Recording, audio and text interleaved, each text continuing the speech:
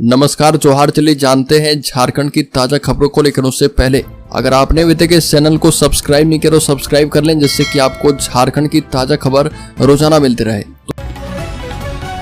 तो सबसे पहली खबर, अब ग्रामीण बैंक कर्मियों को मिलेंगे अन्य बैंक की तरह वेतन सुविधाएं। झारखंड के 7,000 से अधिक ग्रामीण बैंक कर्मी के साथ पेंशन धारकों को होगा फायदा।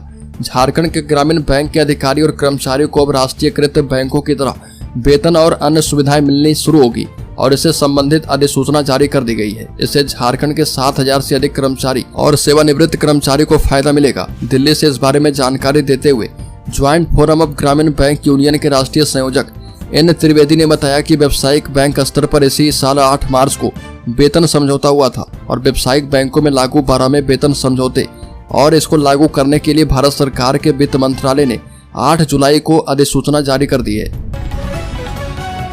अगली खबर, राज्य के धनबाद जिले में सीएमडी ने कहा कि जुलाई में प्रतिदिन करें 1,27,000 टन कोयले का उत्पादन। कोयला भवन स्थित सभागार में जीएम कोऑर्डिनेशन की मीटिंग में लक्ष्य पूरा करने के लिए सीएमडी समीरन दत्ता ने जुलाई में प्रतिदिन 1,27,000 टन उत्पादन करने को कहा और बरसात को ध्यान में रखते हुए उत्पादन के साथ सेफ्टी को पहली प्राथमिकता देने को कहा गया है। साथ ही कहा कि कोलियरियों में जल जमाव से बचने को ड्रेनेज साफ रखें और पर्याप्त हाई मास्क लाइट की व्यवस्था, दुरुस्त सड़कें एवं वाहनों के आवागमन पर विशेष निगरानी के साथ हादसों को रोकने के लिए उचित कदम उठाने का निर्देश दिया है। अगली खबर, न्यायिक दंडाधिकारी पर आरोप लगाने वाली महिला की सदर अस्पताल में 4 घंटे तक मेडिकल जांच की गई। बता दें कि जमशेदपुर के बिष्टुपुर पुलिस ने न्यायिक दंडाधिकारी नरेंद्र कुमार यादव के खिलाफ दुष्कर्म, गर्भपात एवं मारपीट का केस दर्ज करने के 3 दिन के बाद पीड़िता की मेडिकल जाँच करवाई गई और पुलिस पीड़िता को सदर अस्पताल लेकर गई है। वहां पर डॉक्टरों की टीम ने 4 घंटे से अधिक समय तक महिला की जांच की। मेडिकल जांच रिपोर्ट पुलिस को सीलबंद लिफाफे में अगले 10 से 15 दिन में मिल जाएगी। प्रारंभिक जांच रिपोर्ट के मुताबिक महिला से दुष्कर्म की पुष्टि हुई है और मेडिकल टीम ने महिला का एक्सरे, चेस्ट, वजाइना टेस्ट समेत अन्य जाँच की है और इसके बाद पुलिस महिला को लेकर 5 बजे कोर्ट पहुंची है। अगली खबर, विधायक लोबिन हेम्ब्रम ने कहा कि 4.5 साल में जब कुछ नहीं हुआ तो 2 महीने में क्या ही हो जाएगा। विश्वास मत के पक्ष में वोट देने के बाद झारखंड मुक्ति मोर्चा से निष्कासित विधायक लोबिन हेम्ब्रम ने इस बात से इनकार किया कि उन्होंने विधानसभा चुनाव में टिकट पाने विश्वास प्रस्ताव के पक्ष में वोट डाला और अपने पुराने अंदाज में सवाल किया कि क्या लोबिन कोई टिकट के लिए लड़ाई थे। हम झारखंड मुक्ति मोर्चा के विधायक थे इसलिए वोट किया। कल्पना सोरेन को आशीर्वाद देने के सवाल पर उन्होंने कहा कि आदिवासी परंपरा के मुताबिक किसी के पैर छूने पर आशीर्वाद देने का रिवाज है। कुछ सवालों के जवाब में लोबिन हेम्ब्रम ने कहा कि सीएम चंपई सोरेन ने सदन में सब कुछ स्पष्ट कर दिया और साफ किया कि आदिवासी की वही स्थिति है, इसमें कोई सुधार नहीं हुआ है और हेमंत सोरेन से क्या उम्मीद करते हैं। इस पर लोबिन हेम्ब्रम ने कहा कि क्या उम्मीद करेंगे, 4.5 साल में जब कुछ नहीं हुआ तो 2 महीने में क्या हो जाएगा। अगली खबर, टाटी सिलवे थाना क्षेत्र के सिलवे पंचायत के डोल बगीचा के समीप रहने वाले प्रफुल्ल कुमार सांडिल का पुत्र कृष्ण कुमार सांडिल का शव टाटी सिलवे थाना क्षेत्र के ही आरा सड़क टोली के पास बरामद हुआ है। सिर, चेहरा सहित शरीर के अन्य अंगों में गंभीर चोट के निशान थे। वह स्कूल यूनिफॉर्म में था और स्कूल बैग लिए हुए था और घटना के संबंध में आशंका जताई जा रही कि वह किसी ट्रेन से टाटी सिलवे स्टेशन जाने के लिए चढ़ा होगा और ट्रेन के दरवाजे के पास खड़ा होगा और असंतुलित होकर नीचे गिर गया होगा, या फिर वह रेलवे ट्रैक होते हुए पैदल ही टाटी सिलवे अपने घर जा रहा होगा और इसी दौरान किसी ट्रेन की चपेट में आ गया होगा। अगली खबर, राज्य में सबसे पावरफुल मंत्री बने इरफान अंसारी, दूसरे स्थान पर हेमंत सोरेन, तीसरे स्थान पर बन्ना गुप्ता और सबसे कम योजना बजट के मंत्री बने रामेश्वर उरांव। मुख्यमंत्री हेमंत सोरेन ने मंत्रिमंडल गठन के साथ ही मंत्रियों के बीच विभागों का बंटवारा कर दिया है। बेबी देवी दीपक बिरुआ और सत्यानंद भोक्ता के विभाग में कोई बदलाव नहीं किया गया और चंपई सोरेन को जल संसाधन के अलावा उच्च एवं तकनीकी शिक्षा विभाग दिया गया है। इरफान अंसारी को सारे विभाग दिए गए जो कि आलमगीर आलम के पास थे। बसंत सोरेन के जिम्मे रहे पथ एवं भवन निर्माण विभाग हेमंत सोरेन ने अपने पास ले लिया है और नगर विकास एवं आवास विभाग हफीजुल अंसारी को दिया गया है। मिथिलेश ठाकुर से उत्पाद विभाग हटाकर बैद्यनाथ राम को स्कूली शिक्षा के साथ दे दिया गया है और रामेश्वर उरांव से भी खाद्य आपूर्ति लेकर बन्ना गुप्ता को दिया गया। बन्ना गुप्ता से आपदा प्रबंधन लेकर दीपिका पांडे के जिम्मे दे दिया गया है और यदि योजना बजट राशि के हिसाब से देखें तो सबसे पावरफुल मंत्री इरफान अंसारी हो गए हैं।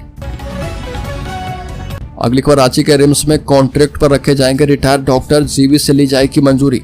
रिम्स शासी परिषद की 98वीं बैठक शासी परिषद के अध्यक्ष सह स्वास्थ्य मंत्री बन्ना गुप्ता की अध्यक्षता में होगी। और 1.5 साल के बाद होने वाली बैठक में 37 एजेंडे को शामिल किया गया।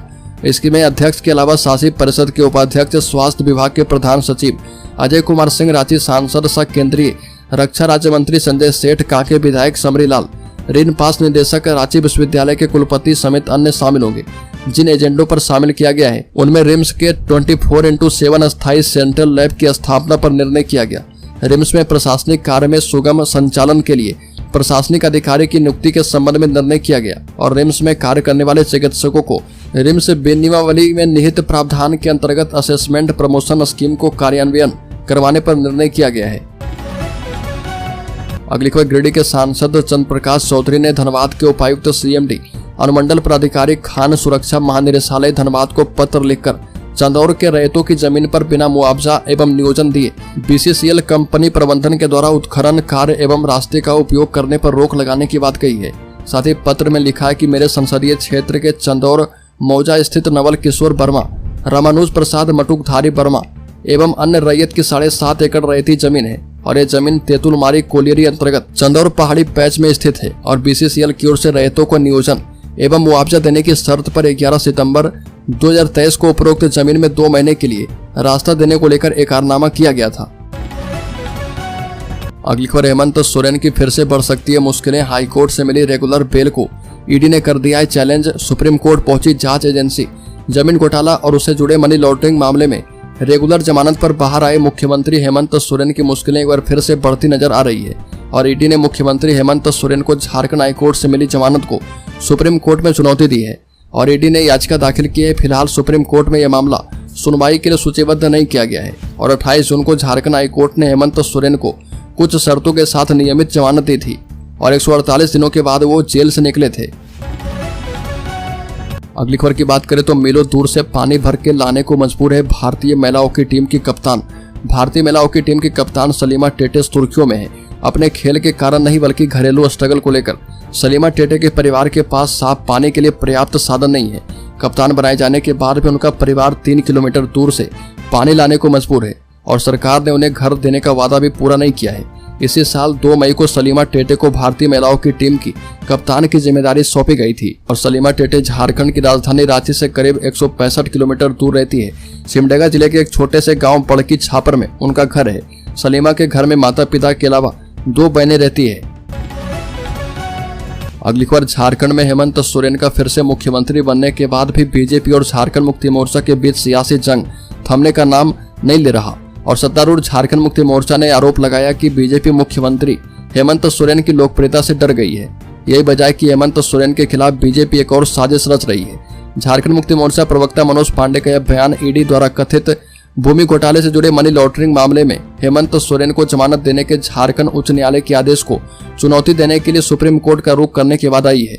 और झारखंड मुक्ति मोर्चा के प्रवक्ता मनोज पांडे ने बताया कि उच्च न्यायालय ने पाया कि हेमंत सोरेन के खिलाफ कोई ठोस सबूत नहीं है। साथ ही कहा कि पार्टी को संदेह है कि एजेंसी ने बीजेपी के निर्देश पर सुप्रीम कोर्ट का रुख कर लिया है। अगली खबर, हेमंत सोरेन ने कैबिनेट के जरिए बनाई सामाजिक समीकरण। झारखंड में सत्ता की कमान तीसरी बार संभालने के बाद मुख्यमंत्री हेमंत सोरेन ने कैबिनेट के साथ मंत्री के विभागों का बंटवारा कर दिया है और हेमंत सोरेन ने कैबिनेट में 6-4-1 का फॉर्मूला बनाकर सहयोगी दल कांग्रेस और राष्ट्रीय जनता दल को संतुष्ट रखने की कवायद की है। साथ ही इंडिया गठबंधन ने कैबिनेट के जरिए प्रदेश के जातीय समीकरण साधने के साथ ही क्षेत्रीय संतुलन बनाने की कोशिश की है ताकि 4 महीने बाद होने वाले विधानसभा चुनाव की सियासी बिसात बिछाई जा पाए। और हेमंत सोरेन ने अपने मंत्रिमंडल में अपनी पत्नी कल्पना सोरेन और भाई बसंत सोरेन को जगह न देकर परिवारवाद के नैरेटिव को भी तोड़ने की स्ट्रेटजी अपनाई है। अगली बार जेबी केसेस पार्टी का टिकट पाने के लिए देना होगा अब इंटरव्यू, योग्यताओं को भी करना होगा पूरा। बता दें कि लोकसभा चुनाव में अपनी दमदार उपस्थिति दर्ज करवाने वाली पार्टी झारखंडी भाषा खतियान संघर्ष समिति ने विधानसभा चुनाव की तैयारी तेज कर दी है और राज्य की 81 में से 50 से ज्यादा सीटों पर चुनाव लड़ने की तैयारी में है। लोकसभा चुनाव में जेबी केसेस के प्रदर्शन को देखते हुए विधानसभा चुनाव के टिकट के दावेदारों की संख्या में काफी वृद्धि दर्ज की गई है और इसके मद्देनजर जेबी केसेस सुप्रीमो जयराम महतो ने टिकट के लिए मापदंड तय कर दिए हैं और इस बीच जेबी केसेस की धनबाद कमेटी का विस्तार करने का निर्णय किया गया है। अगली खबर की बात करें तो झारखंड में 2 चरणों में विधानसभा चुनाव करवाने की तैयारी, अक्टूबर के अंत तक परिणाम आने की उम्मीद। झारखंड विधानसभा चुनाव 2 चरणों में हो सकता है। और अक्टूबर तक सारी प्रक्रिया भी पूरी कर ली जा सकती है। झारखंड से मुख्य निर्वाचन अधिकारी कार्यालय से भारत निर्वाचन आयोग को प्रस्ताव भेजने की तैयारी की जा रही है और झारखंड के अलावा जम्मू कश्मीर, महाराष्ट्र और हरियाणा में विधानसभा चुनाव होने हैं। और बता दें कि झारखंड में लोकसभा चुनाव 2024 के दौरान किसी प्रकार की अप्रिय घटना या फिर नक्सली वारदात नहीं हुई और इसको लेकर भारत निर्वाचन आयोग इस आधार पर झारखंड के प्रस्ताव पर मुहर लगा सकता है।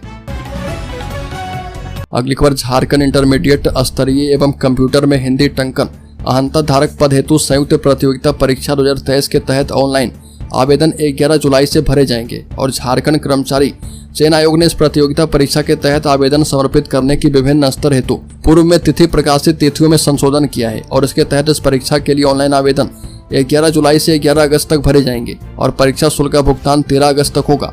16 अगस्त तक फोटो एवं हस्ताक्षर अपलोड किए जाएंगे और 18 से 20 अगस्त तक आवेदन में किसी प्रकार का संशोधन हो पाएगा।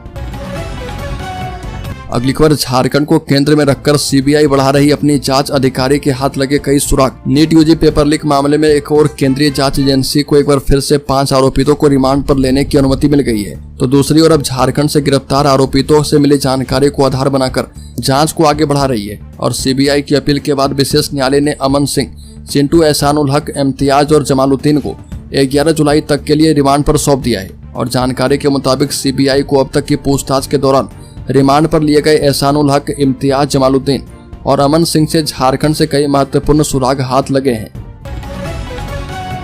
अगली खबर, झारखंड में बीजेपी का चुनावी एक्शन प्लान। बता दें कि झारखंड विधानसभा चुनाव से पहले बीजेपी ने नई रणनीति पर काम करना शुरू कर दिया। बीजेपी अब राज्य की 50% से अधिक ओबीसी और करीब 14% दलितों को साधने की रणनीति बना रही है और झारखंड में बीजेपी ने बड़े ओबीसी चेहरे और मध्य प्रदेश के पूर्व मुख्यमंत्री शिवराज सिंह चौहान को चुनाव प्रभारी बना दिया है और चौहान ने राज्य के ओबीसी और दलित कार्यकर्ताओं के घर जाकर भोजन किया, जिसका सीधा संदेश राज्य के दलित और ओबीसी वोटर में गया है। अगली खबर, झारखंड के शेयर होल्डर्स इन्वेस्टर्स के लिए बड़ी खबर। बता दें कि 270 रुपए पर जाएगा 32 रुपए वाला यह एनर्जी शेयर। बता दें कि Indian renewable energy development agency limited के शेयर इरेडा के शेयर फोकस में है और कंपनी के शेयर में 9% की जबरदस्त तेजी देखी गई है। इसी के साथ इरेडा के शेयर रिकॉर्ड ऊंचाई 248 रुपए पर पहुंच गए थे और यह इसका 52 वीक का हाई प्राइस रहा। शेयर में पिछले 3 कारोबारी दिन से तेजी देखी जा रही है और इस साल अब तक 135% से अधिक की छलांग लग चुका है।